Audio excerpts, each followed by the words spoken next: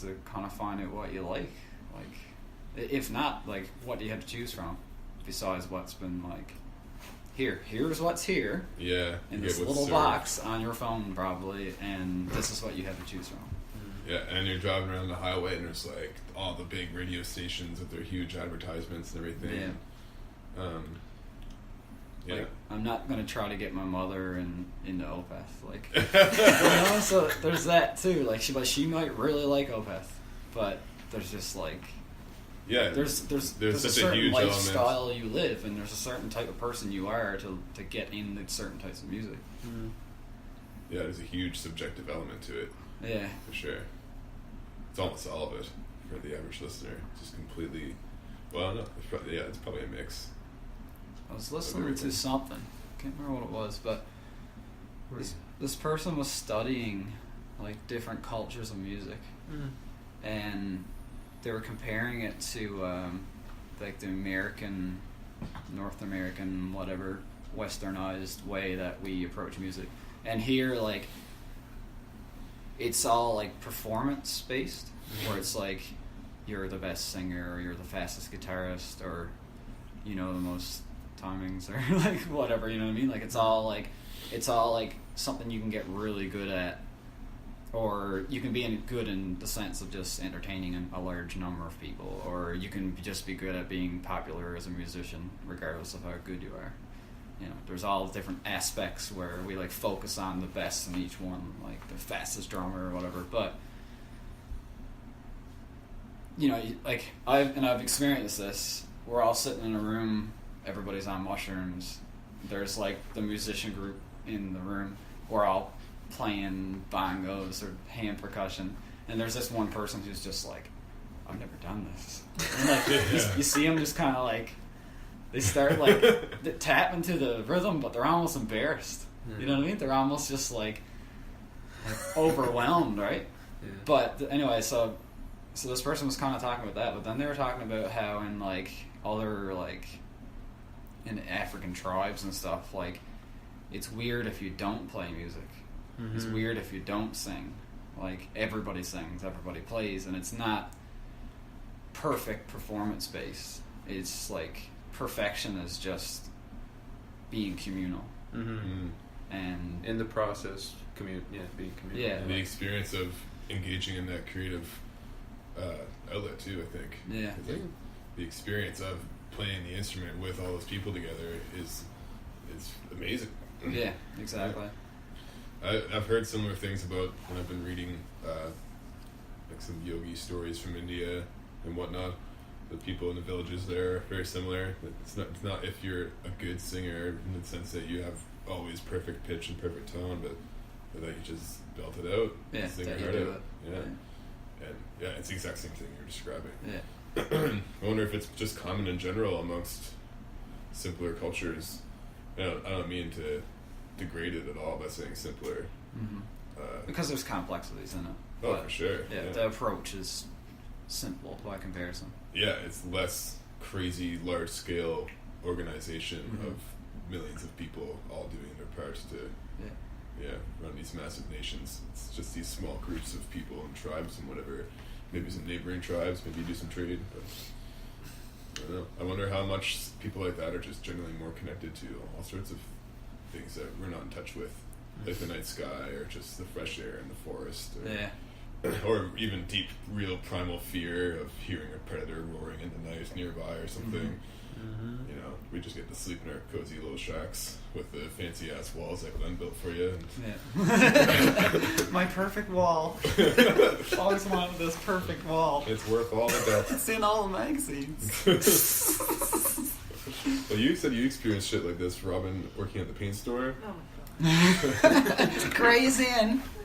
Yeah. In what? Working at the paint store was hilarious because we get people coming in who are, in the process of thinking about a renovation.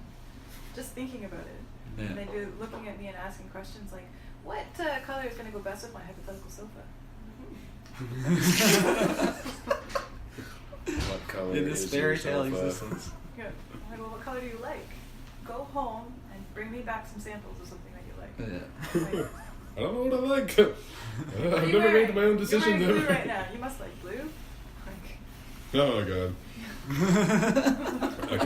I've had to deal with an exceptional amount of customers lately, like more than usual. Oh, yeah. And I don't envy it much. There's some nice ones, for sure. There's mostly nice people, I have to be honest. But it's definitely some, like, well, people, okay, if anyone's listening who doesn't know, Glen and I have been both experiencing the winter conditions on the job.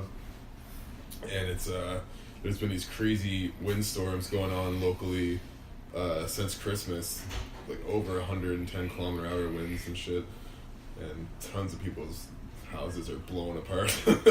So we're going around fixing all the roofs, and we got just days upon days upon days of flat out repairing to do, and people backed up, and but people just roll up, and they're just like, hey, I just got like 10 shingles blown off my house right down the road there. You want to come take a peek and fix her up real quick? It's like, sorry, man, you gotta take a number. It's like, oh, come on, it won't take you long. It's like, yeah, well, man, and like, there's a whole list of people who need this done.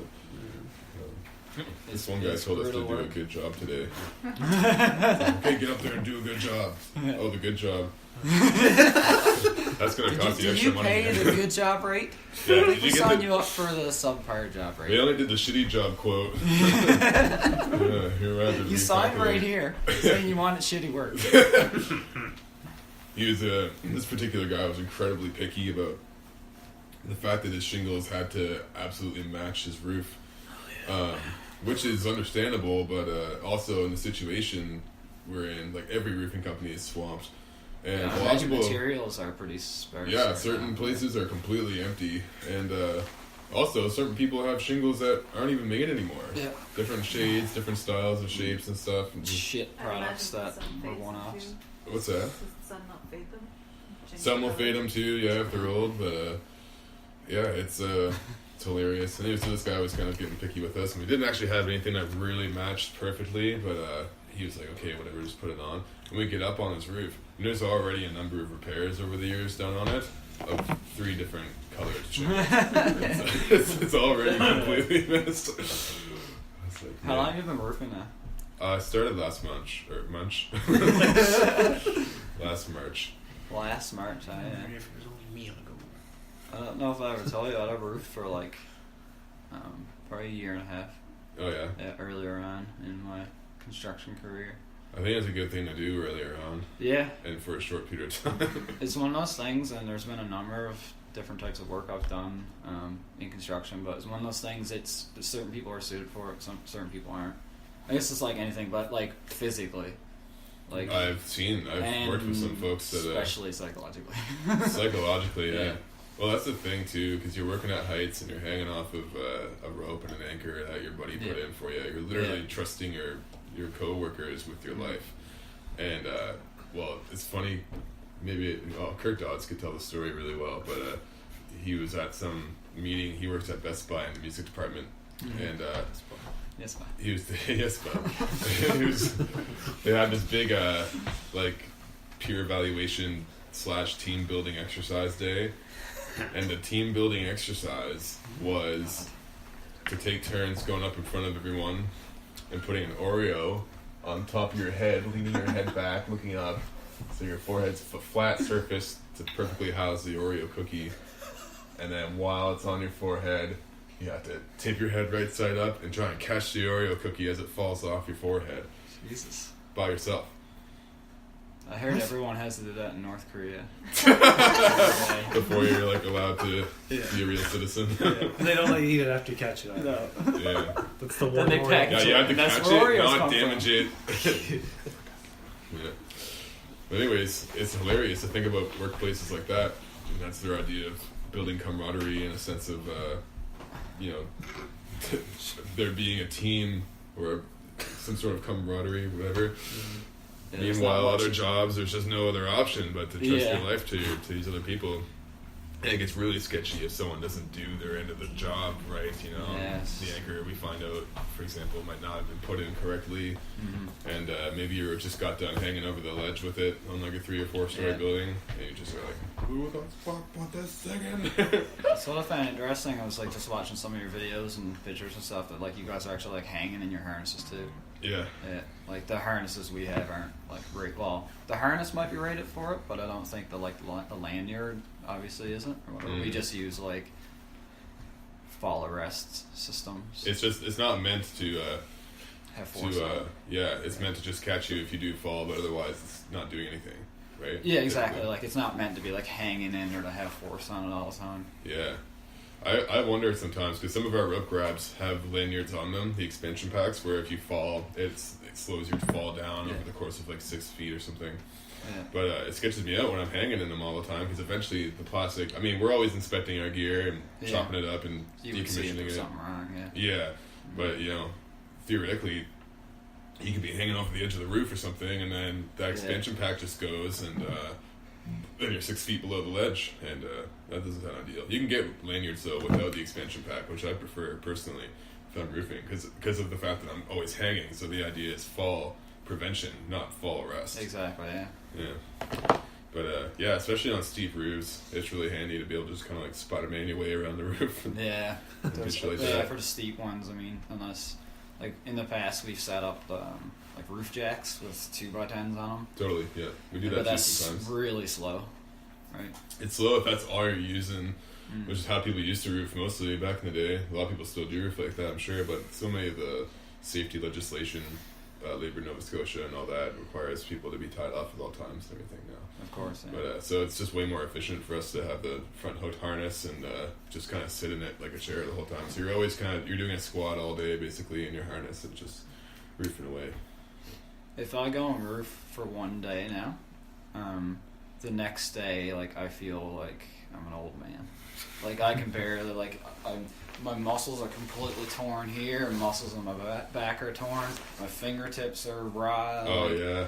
But, like, I know from experience from doing roofing before, like, do that every day, all of a sudden, you don't have that anymore. Yeah. You're used to it, and, like, it's just bizarre. Like, I find it crazy what the body can get used to. yeah.